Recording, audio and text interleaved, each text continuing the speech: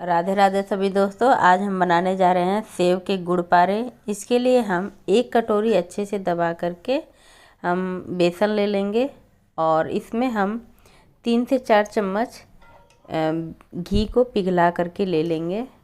और इसमें आप मेल्टेड घी ही लीजिएगा और थोड़ा सा चुटकी भर नमक लीजिए और 1/4 टीस्पून आप बेकिंग सोडा ले लीजिए और इसे अच्छे से मिक्स करके मोयन लगाकर, देखिए मोयन थोड़ा मुझे कम पड़ रहा था उस समय, मैंने 2 टीस्पून ही 2 चम्मच ही मैंने डाला था, तो 2 चम्मच और एक्स्ट्रा मैंने डाल करके इसे अच्छे से मोयन लगा दिया है। इसको तब तक मोयन करेंगे जब तक इस तरीके से ये भुरभुरा सा ना हो जाए।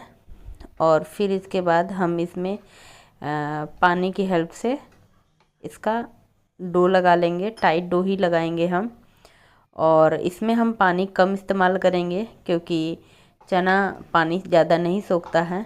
और देखिए हम बस थोड़ा सा ही पानी डाले थे और ये अच्छे से गीला जैसा हो गया है।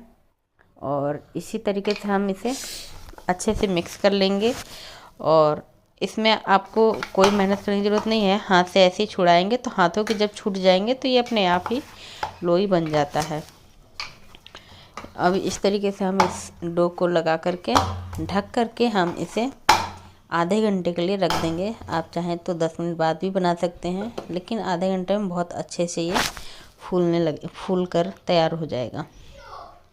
अब देखिए हमारा ये आटा आधे घंटे बाद हमने इसे देखा है और अब हम इससे इसकी लोइयां कट कर लेंगे और इन लोइयों से हम देखिए इस तरीके से सेव तैयार कर लेंगे। आप चाहें तो इस तरीके से छोटे छोटे टुकड़ों में कट करके, और देखिए इस तरीके से आप कट कीजिए जैसे वीडियो में मैंने कट करके दिखाया है।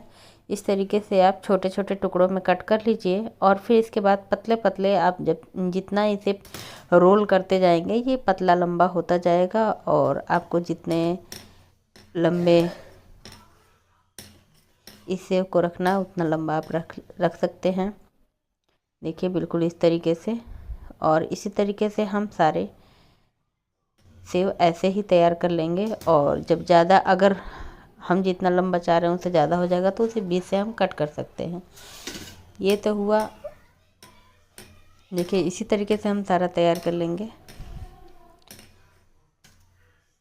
और फिर हम बीच से कट करके बराबर क्वांटिटी में हम देखिए इस तरीके से हम सेव तैयार कर लेंगे। और इधर हमारा तेल गरम हो चुका है और इसमें हम सारे सेव को डाल देंगे और हमारा गैस का फ्लेम कम ही रहेगा, मीडियम लो में ही रहेगा। और देखिए बहुत ही आसानी से तुरंत डालते ही थोड़ी देर में ये फूल चुका है। और इसी तरीके से हम बाकी लोइयों को भी तैयार कर लेंगे। आप चाहें तो छोटा छोटा कट ना करके आप इसे डायरेक्ट इस तरीके से लंबा करते जाएं और इसी तरीके से घुमाते घुमाते आप बहुत ही जितना आप स्लैब पे लंबा बेल ऐसे ही पतला कर ले लंबा, और फिर आप बीच से कटिंग कर करके सेव तैयार कर सकते हैं।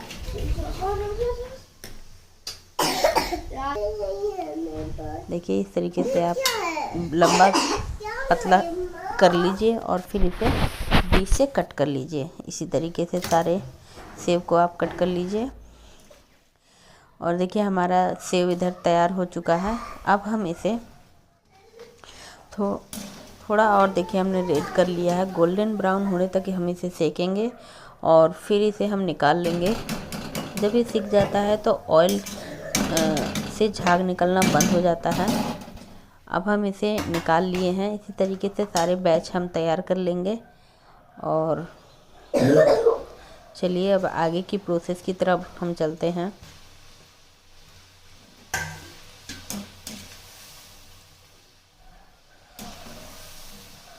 आप चाहें तो इसे गोल बेल करके लोई बनाकर और फिर उसको आप नाइफ की हेल्प से कटिंग करके भी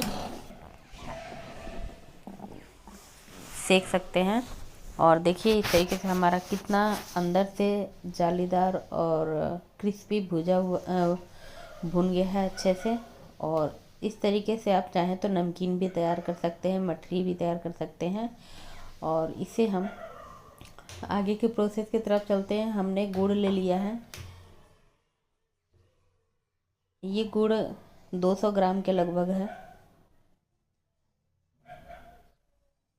और हम इधर पैन में घी थोड़ा सा डालेंगे और घी डालते ही हम इसमें इसे थोड़ी अच्छे से चिकनी करने के लिए घी डाल रहे हैं। घी को वैसे कहीं यूज नहीं है। और फिर इसमें हम गुड़ डाल देंगे, जो हमने गुड़ कट करके रखा था।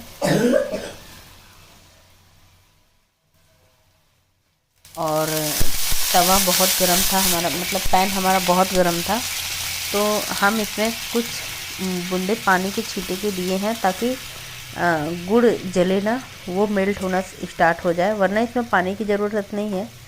पैन बहुत तेज़ गर्म था इसलिए पानी का इस्तेमाल किया था हमने। और इस तरीके से हम इसे मेल्ट कर लेंगे।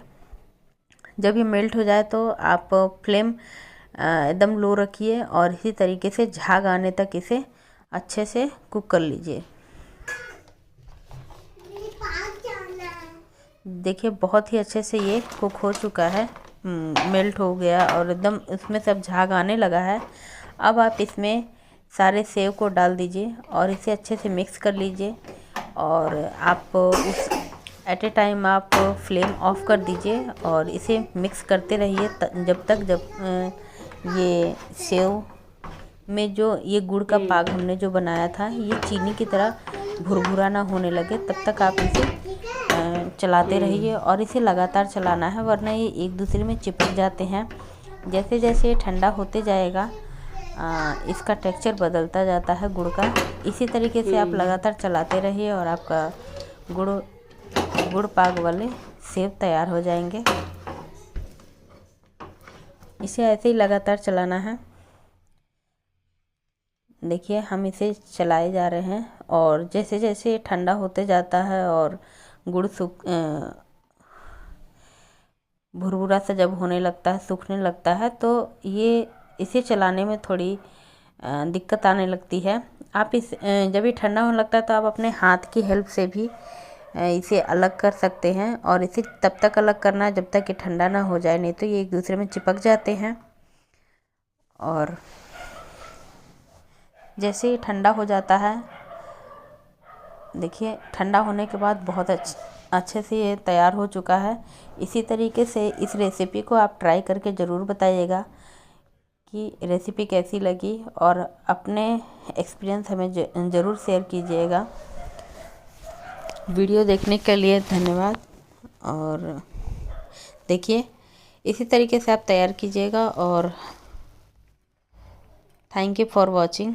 राधे राधे।